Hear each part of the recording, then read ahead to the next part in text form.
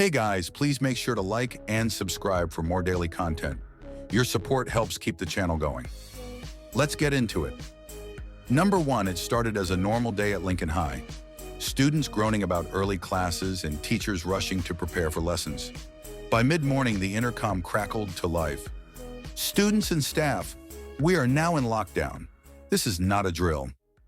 The tone in the principal's voice sent a chill through the classroom. Our teacher locked the door, turned off the lights, and motioned for us to move to the corner. We huddled in silence, the only sound the faint hum of the air conditioning. Minutes ticked by, then footsteps echoed down the hallway. At first, I thought it was the police, but the steps weren't hurried. They were slow, deliberate, almost taunting. The handle of our door rattled, and someone knocked softly 3 times. "Let me in," a voice whispered. It was faint but unmistakable, high-pitched, almost childlike. Our teacher signaled us to stay quiet, her face pale. The knocking grew louder, more insistent, before stopping abruptly. We held our breath as the footsteps moved away, but they didn't go far. Through the small glass window in the door, I saw a figure standing under the flickering hallway light. It wasn't the police. The person was tall and thin, wearing a dirty hoodie. Their head tilted unnaturally, and their arms hung limp at their sides. They stared straight at our door, unmoving. Suddenly, the sound of running filled the hallway, heavy boots and shouted commands. The figure bolted down the corridor, disappearing around the corner just as the police arrived.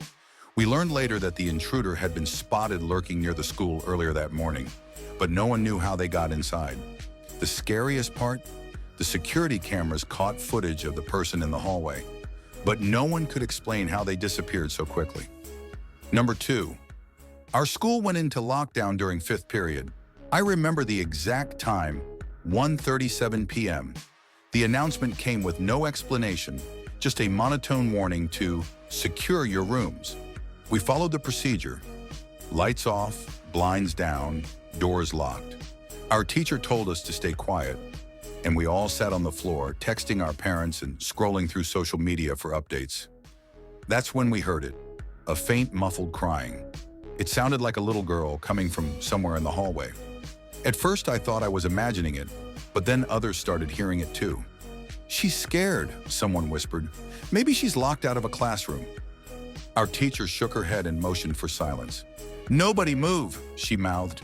The crying grew louder, moving closer to our door.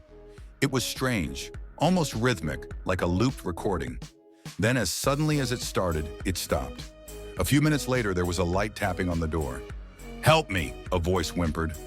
It sounded just like the crying, soft, desperate, and off. We stayed frozen as the handle jiggled. Whoever was out there tried turning it a few times before walking away. The faint sound of crying began again, this time farther down the hallway.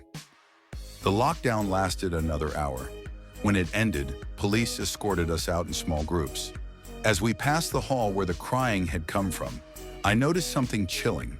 The security camera above the door was ripped out, wires dangling, and on the wall beneath it, scratched into the paint, were the words, "You let her cry." To this day, no one knows who or what was in the school that day.